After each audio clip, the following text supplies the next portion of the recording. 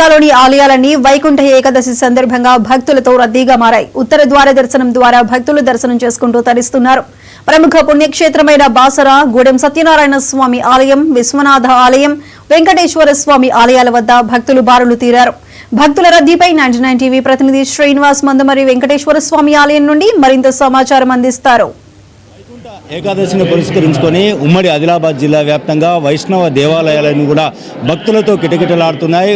ఉదయమే భక్తులంతా కూడా ఆదిలాబాద్ ఉమ్మడి జిల్లా వ్యాప్తంగా ఉన్నటువంటి అటు బాసర దేవాలయము, అదేవిధంగా సత్యనారాయణ స్వామి, గూడెం సత్యనారాయణ స్వామి దేవాలయంతో పాటు ఇటు మంచిర్యాలలోని విశ్వనాథ ఆలయము, అదేవిధంగా మందమరిలోని శ్రీ వెంకటేశ్వర స్వామి ఆలయంలో భక్తులంతా కూడా ఉదయమే వారి నూతన వస్త్రాలు ధరించి ఉత్తర ద్వార దర్శనం ద్వారా దర్శనం అయితే చేసుకుంటున్నారు. ఉమ్మడి ఆదిలాబాద్ జిల్లా వ్యాప్తంగా ఉన్నటువంటి ఆలయాలన్నీ కూడా భక్తులతో కిటకిటలాడుతున్నాయి. ఉదయమే అందరూ ఆలయాలకు చేరుకొని క్యూ లైన్లో దర్శనం కోసం వేచి చూస్తున్నటువంటి పరిస్థితి. ఈరోజు ముక్కోటి ఏకాదశి, ఈరోజు వైష్ణవ ఆలయాలన్నీ కూడా భక్తులతో కిటకిటలాడుతున్నటువంటి పరిస్థితి ఉంది. మహావిష్ణువును ముక్కోటి ఏకాదశి రోజు దర్శించుకుంటే కోటి పుణ్యఫలాలు లభిస్తాయనేది భక్తుల అపారమైనటువంటి నమ్మకం. కాబట్టి ఉదయమే భక్తులంతా కూడా మహావిష్ణువును ఉత్తర ద్వార దర్శనం ద్వారా దర్శించుకునేందుకైతే క్యూ లైన్లో వేచి చూస్తున్నటువంటి పరిస్థితి ఉంది. ప్రస్తుతానికి మనం మందమరిలోని శ్రీ వెంకటేశ్వర స్వామి ఆలయంలో ఉన్నాం. శ్రీ వెంకటేశ్వర స్వామి ఆలయంలో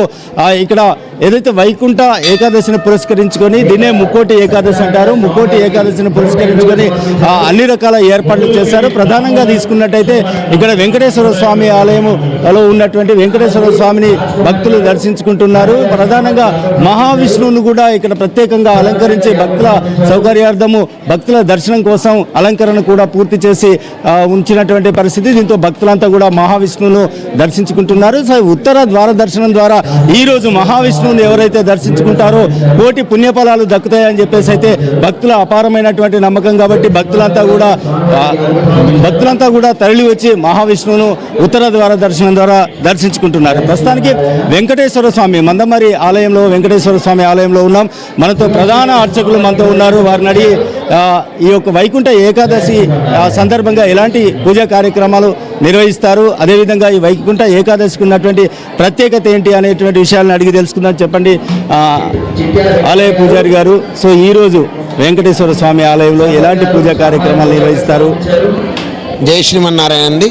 ఈ రోజున వైకుంఠ ఏకాదశి సందర్భంగా మన మందమరి పట్టణంలోని వెంకటేశ్వర స్వామి వారి దేవాలయంలో గత 50 సంవత్సరాలుగా మనకు విశేషించి ముక్కోటి ఏకాదశి ఉత్సవాలను జరుపుతున్నారు. ఈ రోజున ఎక్కడా లేని విధంగా మన మందమరి పట్టణంలో వెంకటేశ్వర స్వామి వారి దేవాలయంలో స్వామివారికి పంచామృతాభిషేకం ఉంటుంది.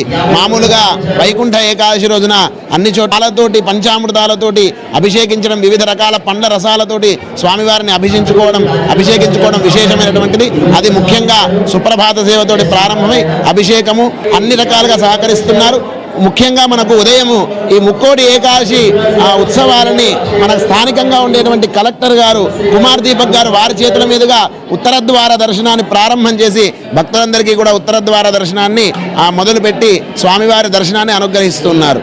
సో మొత్తంగా తీసుకున్నట్టయితే ఈ ఉత్తర ద్వార దర్శనం సందర్భంగా వైష్ణవ ఆలయాలన్నీ కూడా భక్తులతోటి కిటకిటలాడుతున్నటువంటి పరిస్థితి ఉంది. ప్రధానంగా ఇక్కడ మహావిష్ణువుని దర్శించుకున్న తర్వాత ప్రధాన ఆలయంలో ఉన్నటువంటి శ్రీ వెంకటేశ్వర స్వామిని దర్శించుకునేందుకైతే భక్తులు తండోపతండాలుగా తరలి వస్తున్నటువంటి పరిస్థితి కూడా ఉంది. మనతో కొంతమంది మహిళా భక్తులు ఉన్నారు. మహిళా భక్తులను అడిగి కూడా తెలుసుకునే ప్రయత్నం చేద్దాం. చెప్పండి, ఈరోజు మీ ఇంట్లో ఎలాంటి పూజా కార్యక్రమాలు చేస్తారు, ఎలాంటి సంబంధించి ఇక్కడ ఏర్పాట్లు ఎలా ఉన్నాయి? జయ శ్రీమన్నారాయణ. ఈరోజు ముక్కోటి ఏకాదశి సందర్భంగా మా మందమరి వెంకటేశ్వర దేవాలయంలో శ్రీ మహావిష్ణువు పంచామృత అభిషేకం ఉదయం 5 గంటలకు జరిగింది.